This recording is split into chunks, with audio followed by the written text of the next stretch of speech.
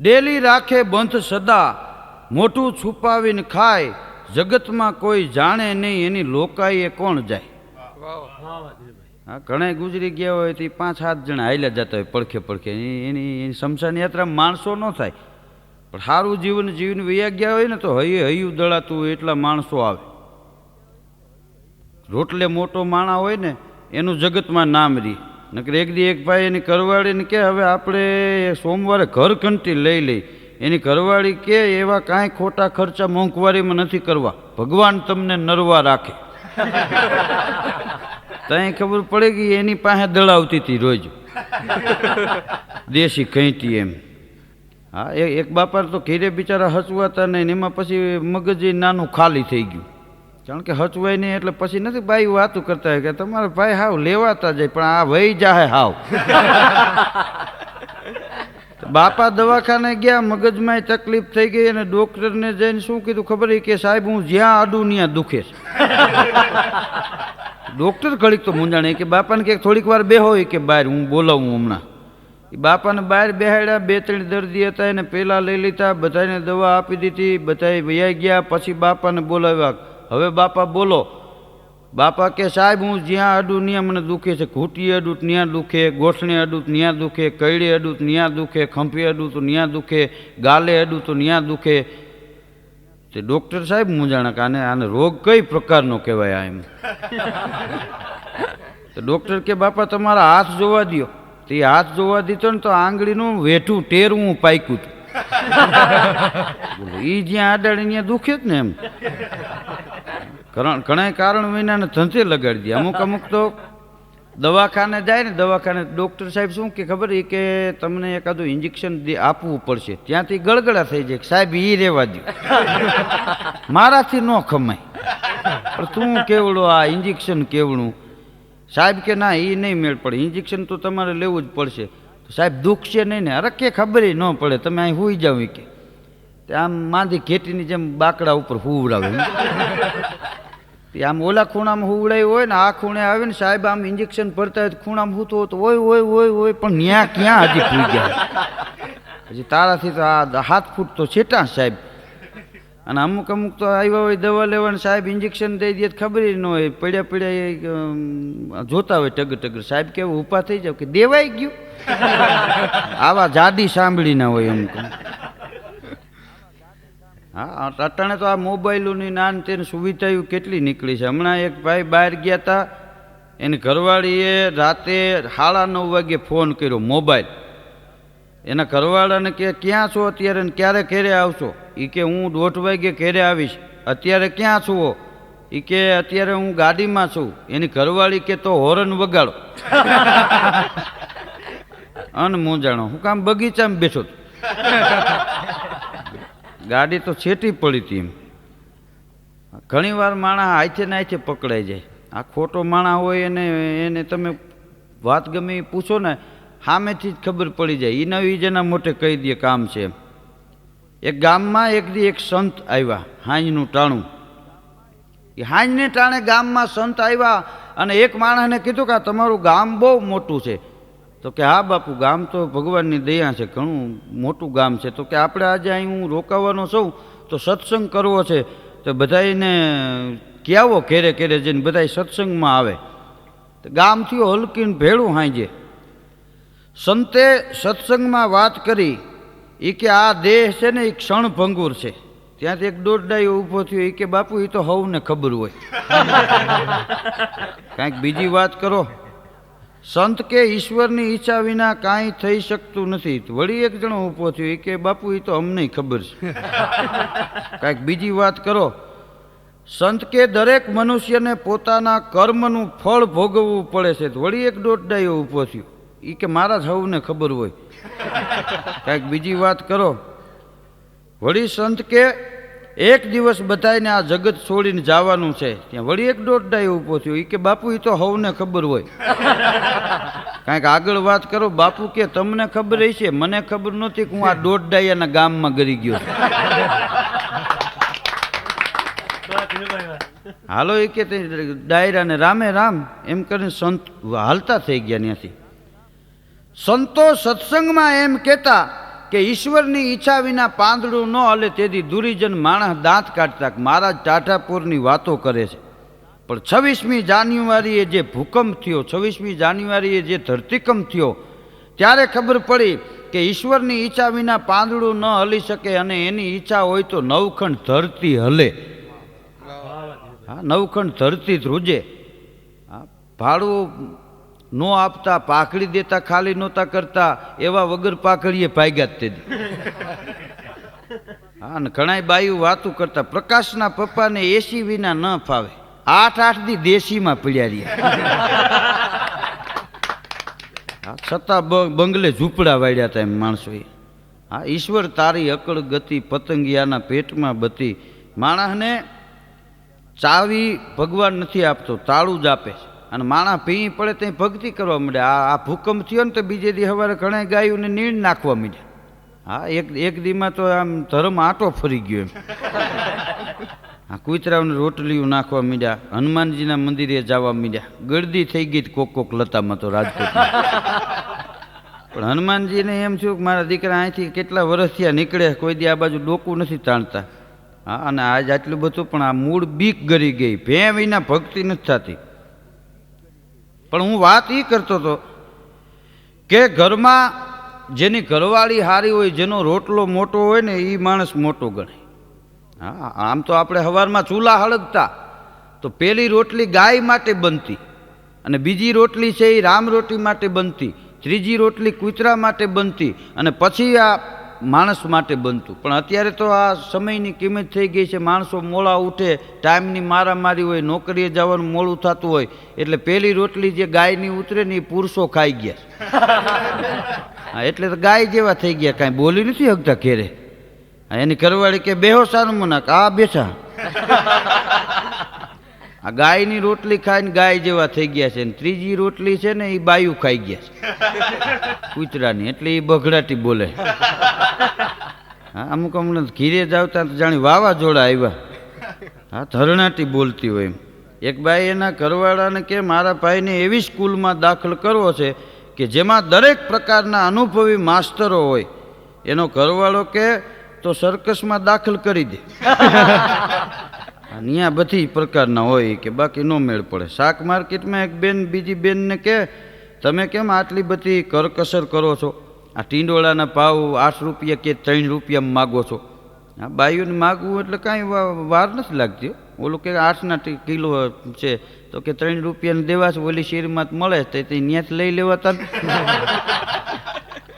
હા, એક બેને બીજી બેનને કે તમે આટલી બધી કરકસર કેમ કરો છો? તો એ બેન કે તમારા ભાઈ છે ને ઊંધે માથે કમાય છે, પૈસા વેડફી ન નખાય. કે ઊંધે માથે કમાય છે એટલે એમ કેમ? તઈ એ બેન કે એ ન્યાયામ શાળામાં શીર્ષાસન વિભાગના માસ્તર છે. હા, અમુક વાતું કરે ને બીજે દી ખબર પડે, તાત્કાલ ખબર નથી પડતી. માસ્તરે છોકરાઓને પ્રશ્ન કર્યો હતો કે રશિયાના પ્રથમ રાષ્ટ્રપતિ કોણ હતા? એક છોકરો કે હે સાહેબ, કાંતિલાલના કાકાને તમે ઓળખો છો? સાહેબની સોટલી ખીતો થઈ ગયો. હા, સાહેબ કે મારે કાંતિલાલના કાકાને શું લેવા દેવા? એ છોકરો કે મારે રશિયાના રાષ્ટ્રપતિને શું લેવા દેવા? એ થોડા મારા મહા થાય છે, મને ખબર હોય. બોલો, ઘણી વાર આ ઘણા છોકરાએ ધંધે લગાડી દે. એક ભાઈને ઘેરે એક દી કથા હતી તો ભૂદેવ કે માણસો મર્યા પછી કોણ જાણે ક્યાં જતા હશે. ત્યારે એક બાપા ઊભા છે, એ કે મહાણ સુધી જાતા મેં જોયા છે, પછી ક્યાં ગયા એ દેખાણા નથી. હા, કારણ વિનાના ઘણા પરસેવા વાળી દો. પણ માણસના જીવનની સાર્થકતા એ છે. આમ તો કથા ઘેરે કરે એટલે શું કામ? પાપનો થાક ઉતરી જાય. હા, એટલા માટે કથા કરતા. કથાથી પાપનો થાક ઉતરી જાય. કથામાં માણસો મળે, ભગવાનને પ્રસાદી ધરાવે અને પછી આંખે અડાડીને પ્રસાદી ખાતા હોય. એ જીવનની એક મજા હતી, એ જીવનનો એક આનંદ હતો. હા, એક ભત્રીજો એના કાકાને કે તમે કોઈ દી ઘોડા ઉપર બેઠા છો? એના કાકા કે એક વાર હું બેઠો છું, પછી ક્યારેય મને ઘોડા માથે બેહવાનું એ કે ટાઈમે નથી મળ્યો, એવો સમય કોઈ દી નથી આવ્યો. ત્યાં તો રહોડામાંથી એની ઘરવાળી એના ભત્રીજાને કે એ કે કાકા જે ઘોડા માથે ફૂલેકું ફેર્યા હતા ને એ ઘોડો બીજે દી મરી ગયો. એમ કાકી કહેતા હતા કે નકર અમને ક્યાંથી ખબર હોય. ત્યાં તો વળી એના કાકા ફળિયામાં ઊભા ઊભા કે જેની આય જરૂર છે એની વાંય જરૂર છે.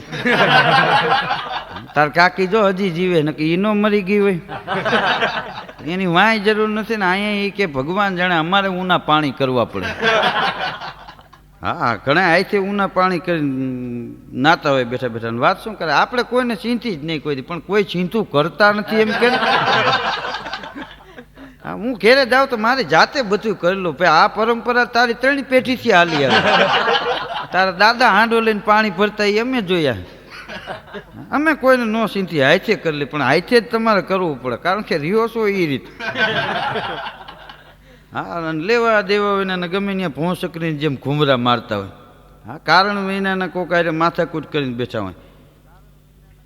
મહિલા મંડળની એક મિટિંગ હતી, એમાં એ મહિલા મંડળના પ્રમુખ ઊભા થયા અને એટલું બોલ્યા કે સમજુ નારીએ પોતાના બીમાર પતિને એ કે સરકારી દવાખાનામાં દાખલ કરવો જોઈએ. આમ તો એ કે સરકારી દવાખાનામાં એ કે દાખલ કરવાનું કારણ શું?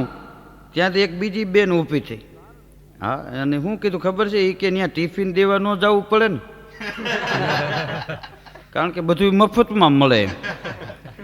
હા, અમુક અમુકના શરીર એટલા બધા જાડા થઈ જાય. હમણાં એક ભાઈ મને કે મારે શરીર બહુ વધી ગયું, દવા લઉં છું ને તો એ ઘટતું નથી. મેં કીધું 2 લાખની લોન ઉપાડી લે, ટાઈમે અગતા નહીં ભરાય ને એટલે આફડું ઉતરી જાય. ગમે એ ખાઈશ તોય વાંધો નહીં આવે. હા, શરીર વધે ને જોજો, ફાંદ વધે, માથું નથી વધતું. એ તો એવું ને એવું.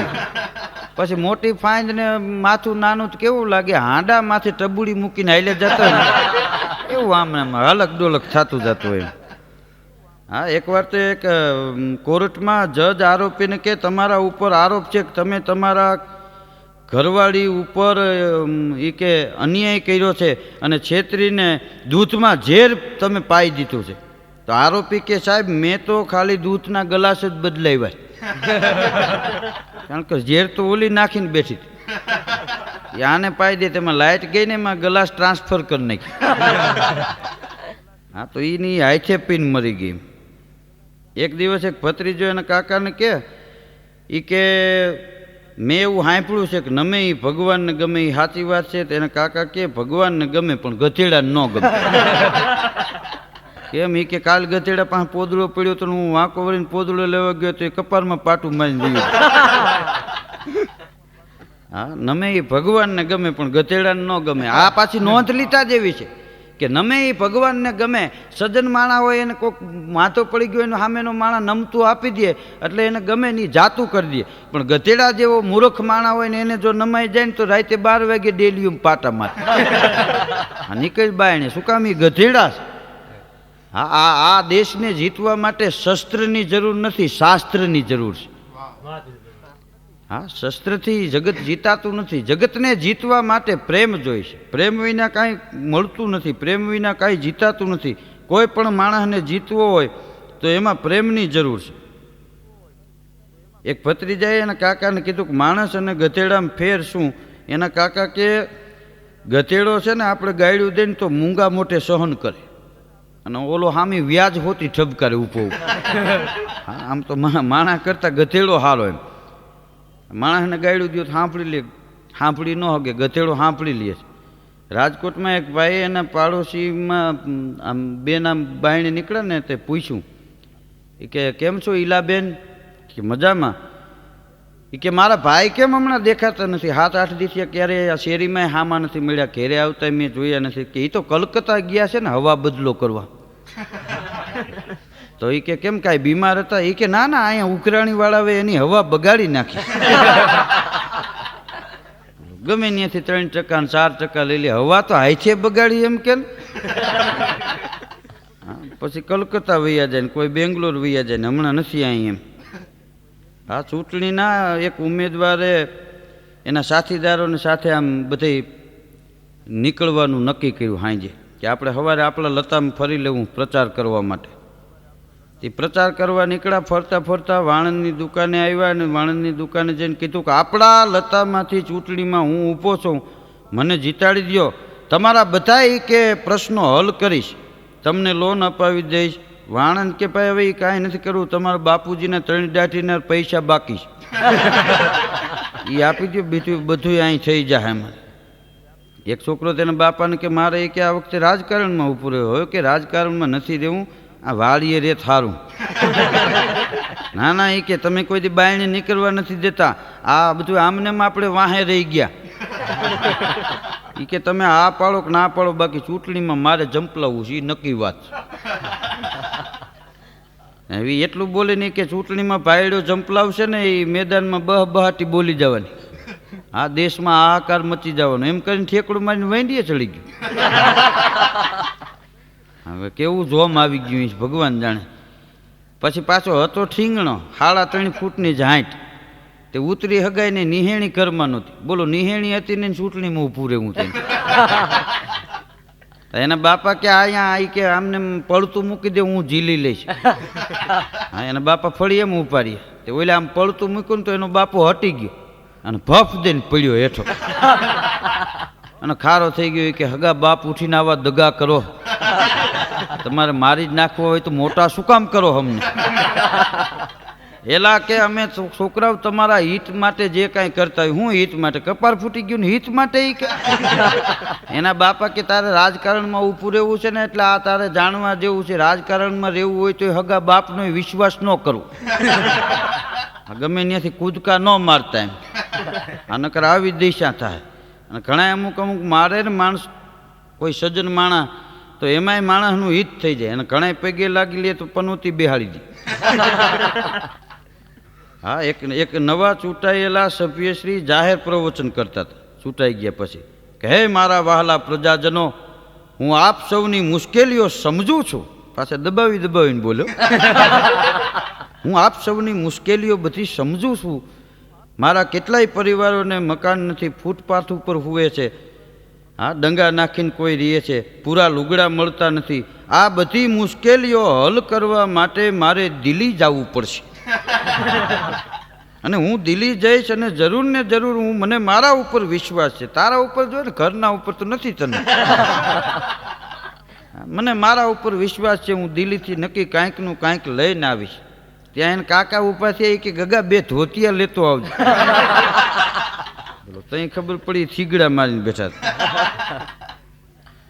હા એક ભાઈ ત્યાં મહેમાન આવ્યા, તો દિવસના 3 વાગે મહેમાન આવ્યા ને, ઘરતણી એની ઘરવાળીને કે હવે એ કે 4 વાગવા આવ્યા છે, દીવો હળગાવવાની તૈયારી કરજો. તો મહેમાન ઘૂમરે પડી ગયો કે આ દિવસના 4 વાગે નટાણે દીવા હળગાવવાની તૈયારી કરવાનું કે. તે મહેમાને એ ભાઈને કીધું ઘરતણીને કે હજી તો 4 વાગ્યા છે, ત્યાં દીવો હળગાવવાનું અટાણે કેમ કહો છો? એ કે હું અટાણે દીવો હળગાવવાનું કહીશ ને ત્યાં સાંજે 8 વાગે દીવો થાય. મહેમાન ત્યાંથી ભાગ્યો કે ઉભા રહ્યો કે જમીન જાય જો. મહેમાન કે આ દીવો કરવામાં 8 વાગે જમવામાં 2 દી રોકાવું. હા અહીં ઊભું ન રહેવાય, એમાં હાથમાં પગરખા લઈને હબકાવ્યા મહેમાન. પણ મહેમાન તો મેં જેવા માન મેળવે એને મહેમાન કહેવાય. હા મેં જેવું માન મળે ને એને મહેમાન કહેવાય. મહેમાનને જમાડીને જે માણસ ખાતો હોય એના ઉપર ઈશ્વર રાજી રહે કાયમ માટે. હા એક ભાઈ બહારગામ નોકરી કરતો હતો, વળી એની ઘરવાળીએ બહુ લોભી, એટલે ટપાલમાં એની ઘરવાળીએ લખ્યું હતું એ કે તમે કાંઈ કરકસર કરજો, આ રેઢા મૂકી દીધા જેમ આવે એમ પાણીની જેમ રૂપિયા ન ઉડાડી નાખતા. હવે કેમ જાણે એ કમાતી હોય.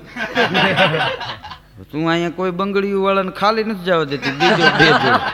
હા અમને બાઈઓને મગજમાં બેસી ગયું, લીલી હાળી લીલી બંગડીને લીલો જ ચાંદલો જ, પીળી હાળી હોય તો પીળી બંગડીને પીળો ચાંદલો. હા પણ પાછું ટપાલમાં એને લખ્યું કે તમે ત્યાં નોકરી કરો છો, હું તમને ભલામણ કરું છું, હમણાં પછી છોકરા મોટા થઈ જાય, તમે કરકસર કરતા રહીજો.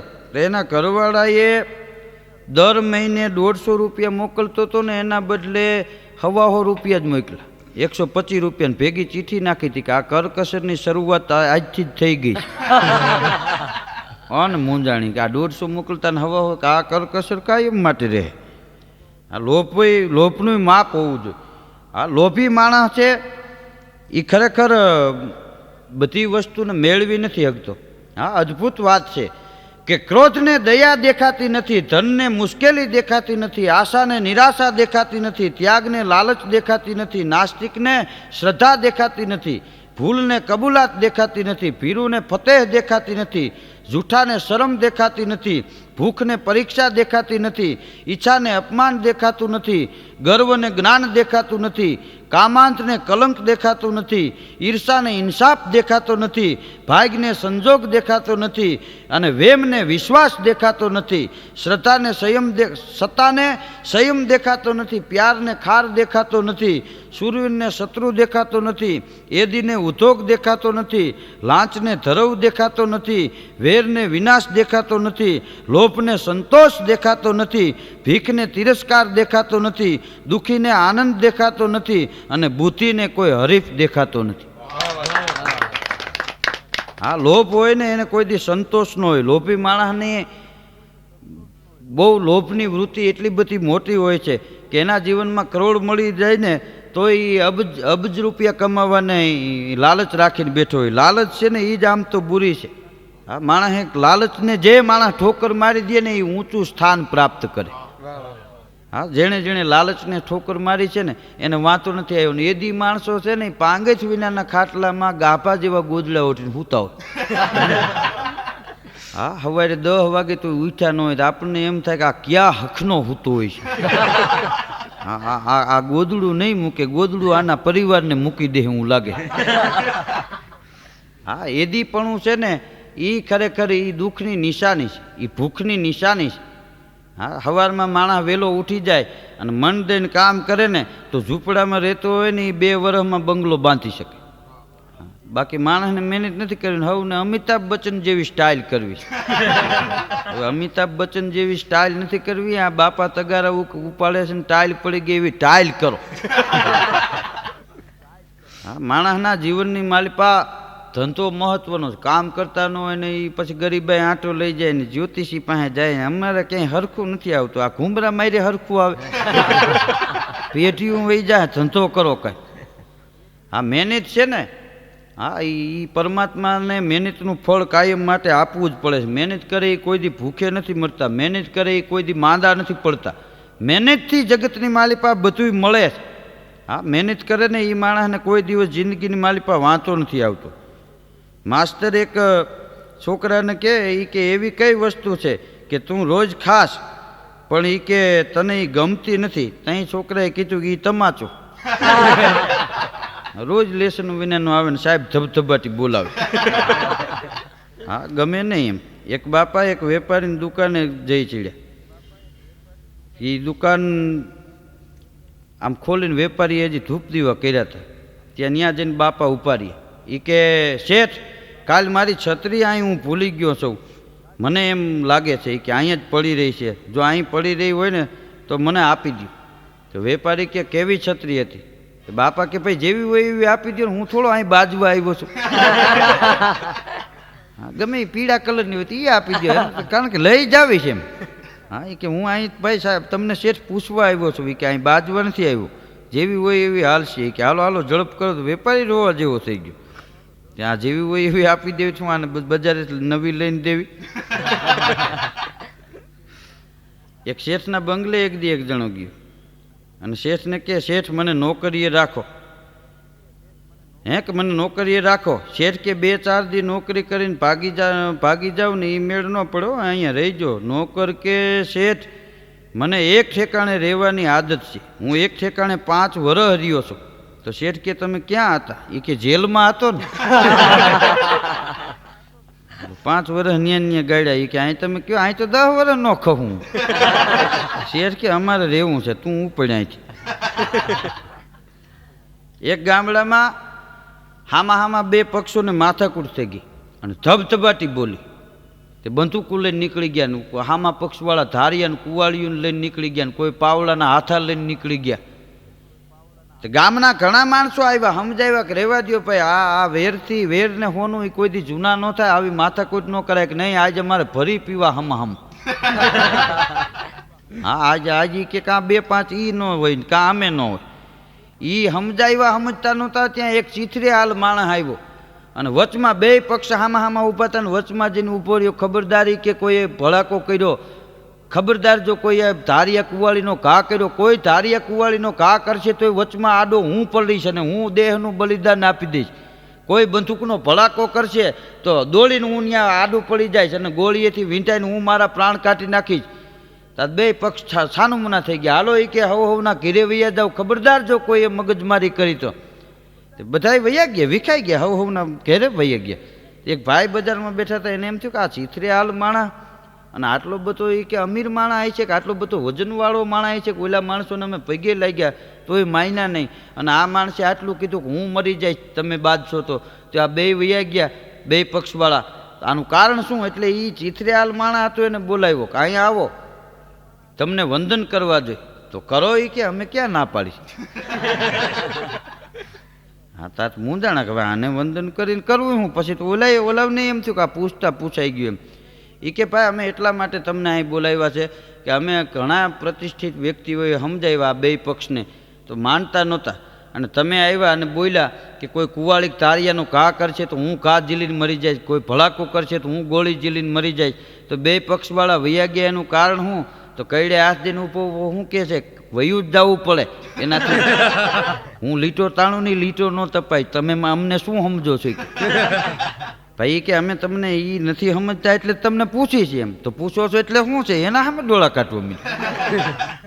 નમ્રતાથી વાત કરવી જોઈએ કે પૂછવું હોય તો. ઓલા કે ભાઈ અમે નમ્રતાથી પૂછી છીએ, જે હોય વાત તો કરો. એ કે બે પક્ષવાળાને વયું જ જવું પડે. કેમ? એ કે બે પક્ષવાળા પાસેથી લાખ ઉછીના લીધા મેં અને જો ભડાકો કરે ને હું મરી જાઉં તો બે